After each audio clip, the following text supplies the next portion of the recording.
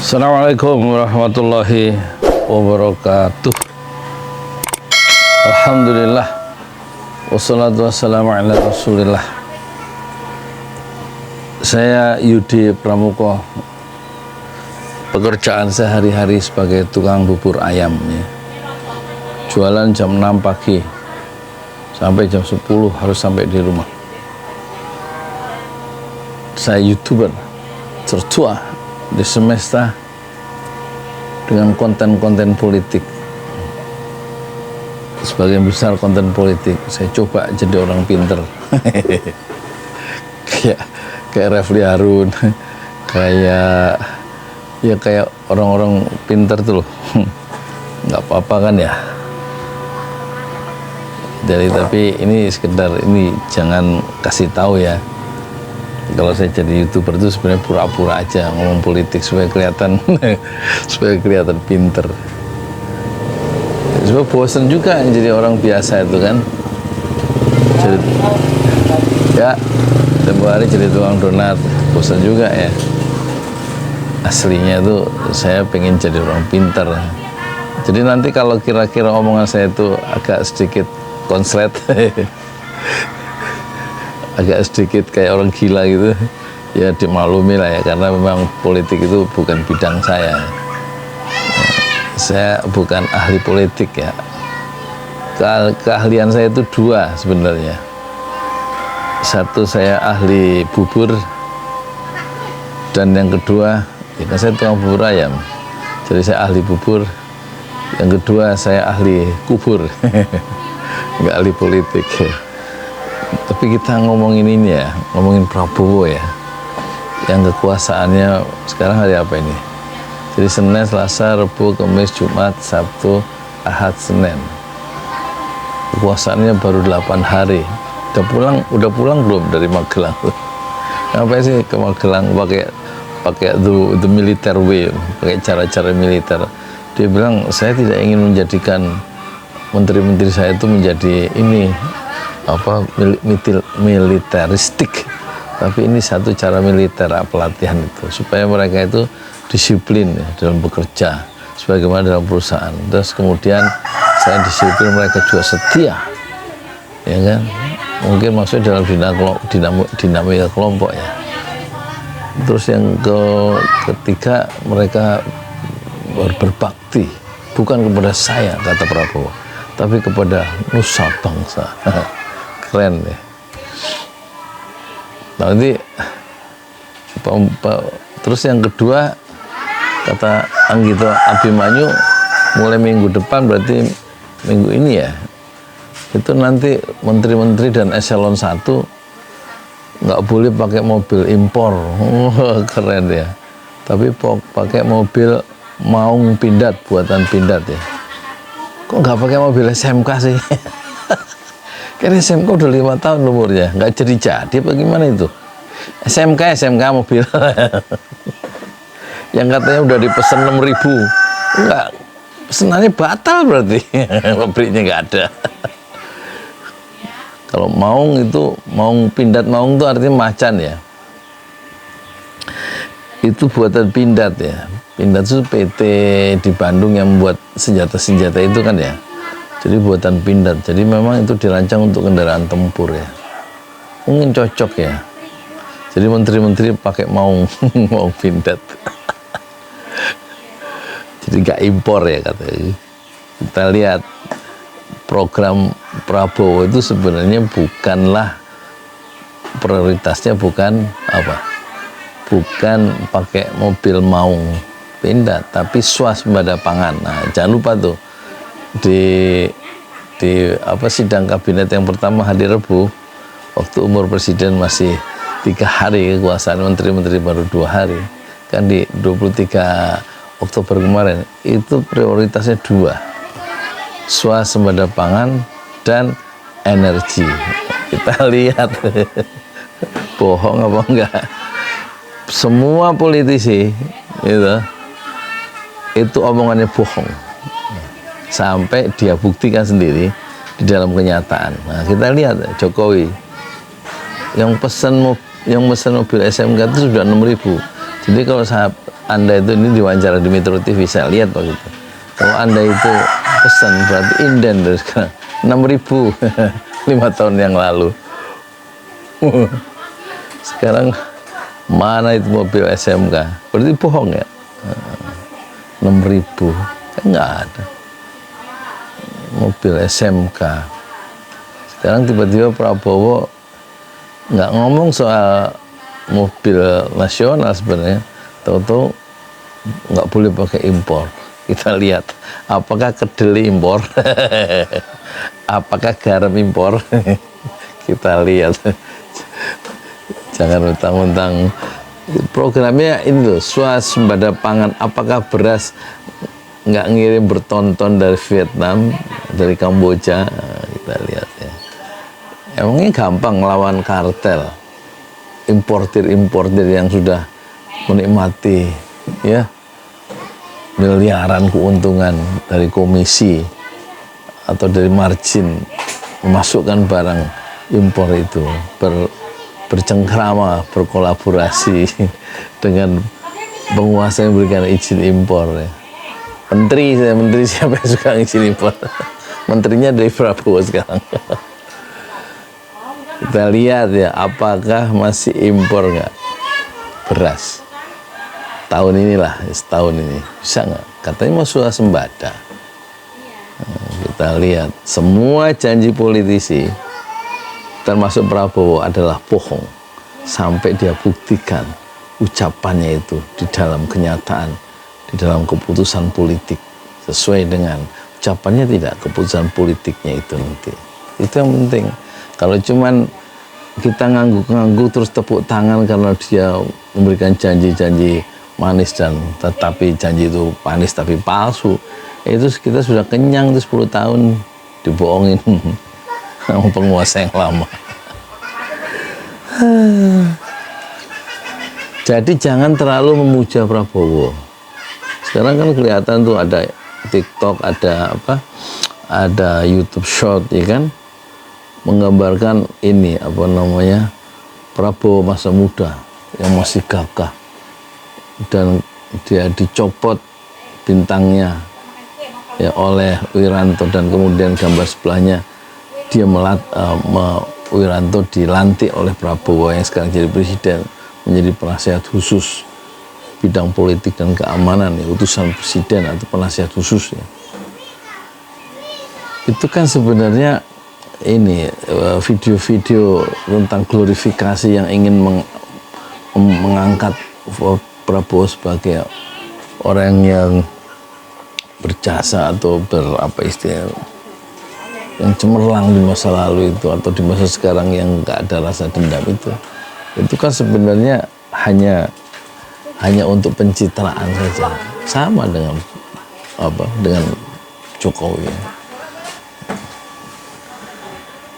ya kan, apalagi dia merangkul banyak pihak yang dulu musuh-musuhnya, itu kan sebenarnya pencitraan juga supaya dia mendapatkan credit point di depan masyarakat yang sekarang di bawah kepemimpinan dia sebagai presiden. Kenapa? Lah, kita belum lihat keputusan-keputusan politiknya, ya kan, yang bisa meneguhkan ucapannya itu cocok nggak dengan tindakannya. Kan belum mengeluarkan satu keputusan politik satu pun ya. Jangan-jangan tahu-tahu ucapan-ucapan yang pengen membela rakyat bekerja, menterinya harus berjuang untuk rakyat, untuk bangsa, negara. Jangan-jangan listrik naik jadi 1.200 watt. Alasannya karena defisit anggaran, banyak utang. Dulu kita di zaman Jokowi kita dibohong ini, dipanggil kita tuh ke PLN yang 450, saya ini disuruh ganti jadi 900. Kita ganti karena dapat subsidi. Nggak turun-turun lagi tuh jadi 900 watt. Nanti jangan-jangan ini naik lagi zaman Prabowo menjadi 1.200. Iya kan? Itu paling gampang kan itu. Jadi itu menyusahkan rakyat itu namanya. Kalau naikkan listrik. Ya kalau orang-orang menteri-menteri itu sih listriknya udah beribu-ribu watt di rumah ini, kan saya ngomong atas nama rakyat yang di sini aja beli beras masih literan. Di zaman 10 tahun Jokowi, dari saya datang di kampung ini, zaman SBY kalau nggak salah ya, sampai zaman Jokowi selesai, lah orang masih beli beras pakai kantong kresek hitam setengah liter, seliter tuh. Jadi di mana prosperity-nya, perubahan ke arah lebih baik gimana? Kan pemerintahan itu cuma dua fungsinya, ya, meningkatkan kesejahteraan rakyatnya, prosperity, dan kedua menciptakan rasa aman untuk warganya. Nggak takut terhadap pemerintahnya, nggak takut kalau beda pendapat, nggak takut kalau mengkritik kekuasaan. Justru hak yang pemerintah yang benar, kalau pemerintah itu takut sama rakyatnya, itu yang benar. Kalau di salah satu negara Eropa, kalau ada yang kenaikan harga gitu, misalnya roti naik berapa sen, itu langsung di demo tuh sama warganya, pemerintah yang naikin gandum atau naikin bahan makanan misalnya gitu. Caranya, tukang sampah, ini informasi dari teman saya telepon dari Parung ya ke Eropa. Tukang sampah itu mogok 3 hari. Sampah di mana-mana di kota itu. Takut pemerintah sama warganya. Kalau di sini terbalik kan, ya nggak? Warga takut sama pemerintahnya. Yang benar itu harusnya pemimpin itu pelayan masyarakat, dan dia harus takut pada rakyatnya, karena rakyat itu berdaulat kan. Pemimpin itu kan sebenarnya jongos, pelayan dari masyarakat, ya nggak? Nah, kita lihat Prabowo nanti, dia membuat rasa takut tidak kepada rakyatnya.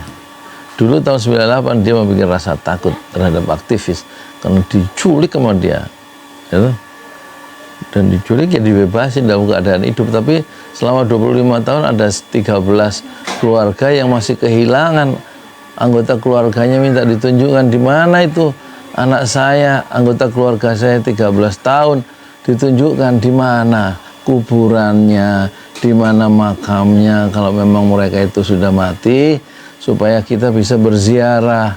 Itu tahun 98 mereka menanti selama 26 tahun sekarang, 1/4 abad. Orang tuanya ada yang sebagian sudah mati karena menanti nasib anaknya, ponakannya yang nggak pulang-pulang selama berapa?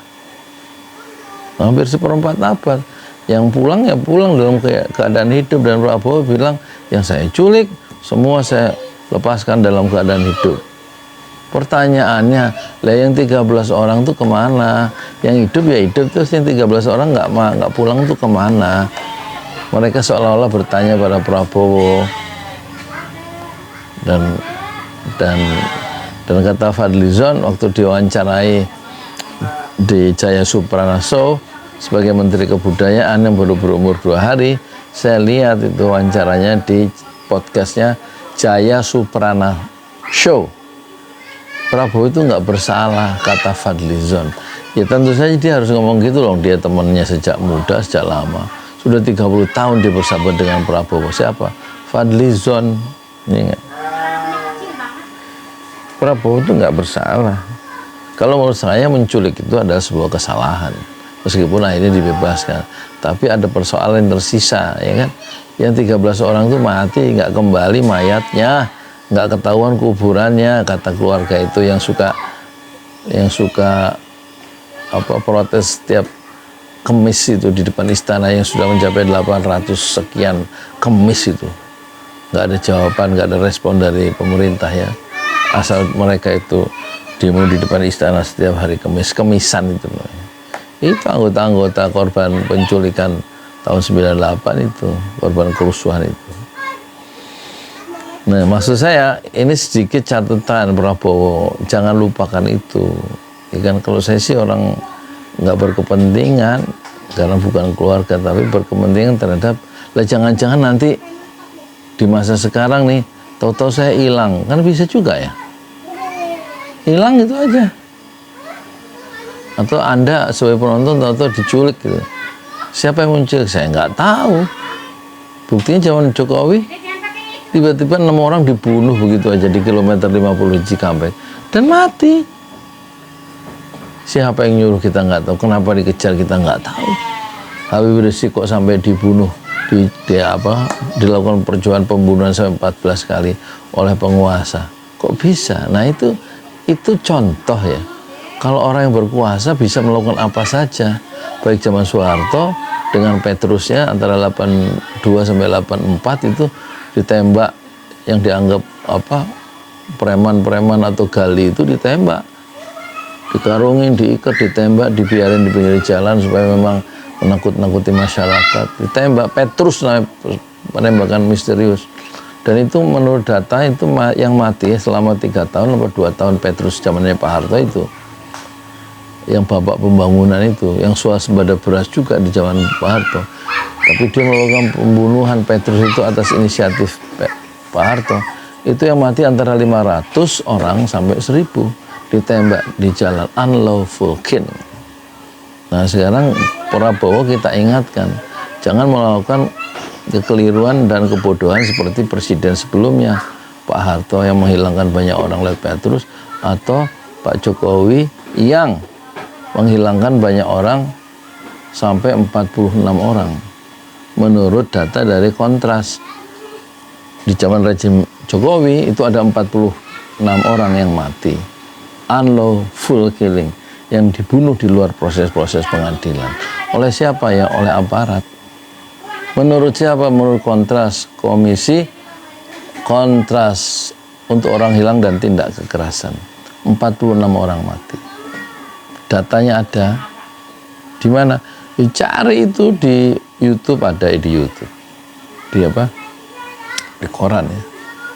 Jadi kita di setiap kekuasaan kita diwarnai oleh pembunuhan lawan-lawan politik ya, yang protes terhadap kekuasaan. Dan Prabowo sudah memulainya tahun 98 ketika mertuanya berkuasa dan dia sebagai menantu. Sekarang Prabowo punya kekuasaan di tangan full, hasil dari proses-proses pilpres yang penuh dengan kontroversi. Bagaimana menurut Anda? Apakah omongan saya benar? Apakah omongan saya orang yang sakit hati? Udah ya, sekarang udah 1:30 nih, saya mau tidur dulu. Assalamualaikum warahmatullahi wabarakatuh. Saya Yudi Pramuko, tukang bubur ayam dari Parung Juwer. Tertuah di semesta fasbir sabran jamilah. Bersabarlah dengan kesabaran yang indah. Assalamualaikum warahmatullahi wabarakatuh. Di jalan Allah. Ini Masjid Enam Syuhada lagi dikunjungi sama Ketua Hilmi. Modal awalnya berapa Pak Yudi Pramuko? 750.000. 750.000 rupiah aja. Jadi ini 500 jutaan nih barang. Sekarang udah habis 310. Masya Allah, tuh udah pakai keramik, plafon granit tuh kayak marmer tuh. Masya Allah nih, sampai juga kita ke sini. Masjid Enam Syuhada, ngapa namanya Masjid Enam Syuhada Ya, Pak Yudi? kita mau mendokumentasikan perjuangan dakwahan nama anak muda pengawal Habib Rizik Syihab itu. Masya Allah. Yang dibunuh sama orang jahat di kilometer 50. Kilometer 50 ya. Itu kan simbol memperjuangkan dakwah itu kita harus memberikan segalanya untuk Islam kan ya. Untuk Masya dakwah Islam. Allah. Dan nama anak muda itulah yang sudah memberikan segalanya untuk Islam. Masya Allah. Apa nanti nama pemuda itu ada juga di sini mungkin diterangkan? Mungkin namanya 6 syuhada. 6 syuhada itu, Ya. 6 syuhada dipasang di sini, 6 syuhada. Bipali, apa yang dikomentarin dari ini semua, Bipali? Masya Allah, luar biasa. Dari uang 700.000, kalau pengen ternyata bisa. Bisa. Allah kirim. Tuh, bisa. Ya, dengan masuk satu gang kecil, tapi Bapak ini luar biasa. Kecil tuh. Oh, Masya Allah ya. Satu call aja. Masya Allah, perjuangan Pak Yudi Pramuko, YouTuber sejagat paling tua. Tertua di semesta. Tertua di semesta. Masya Allah. Tukang donat. Tukang donat. Tukang donat dari Paru. Ini saya laporkan dari lapangan ini, langsung dari Masjid Enam Syuhada. Masya Allah. Dan ini dia. Dalam lihat ah. Tuh, lihat tuh masjidnya. Tuh imamnya di situ tuh. Malam-malam lagi kita. Masya Allah. Masih kurang nih. Atapnya katanya transfer aja. Masjid Enam Syuhada sebentar lagi selesai. Dinding lubang angin sebagian sudah terpasang. lantai 2, dan kemudian plafon termasuk lantai bukan keramik, granit 150 dus bersama tiang-tiang yang ada 16 setinggi 4,5 meter. Kemudian finishing terakhir adalah tangga menjebol atap ya, lantai pertama untuk masuk ke lantai 2. Inilah Masjid Enam Syuhada. 2,5 tahun lalu dimulai pada 2 Agustus hari Senin 2021. Tinggal sedikit lagi insya Allah, dan lantainya dari keramik, bukan keramik, granit sudah diresmikan lantai pertama. Nanti lantai kedua lewat sini tangganya jebol untuk masuk ke lantai 2. Inilah Masjid Enam Syuhada yang sangat megah karena dari bahan-bahan pilihan kualitas nomor 1.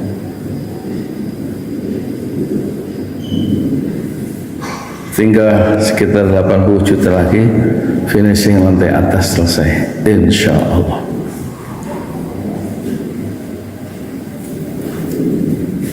Ya, inilah Masjid Enam Syuhada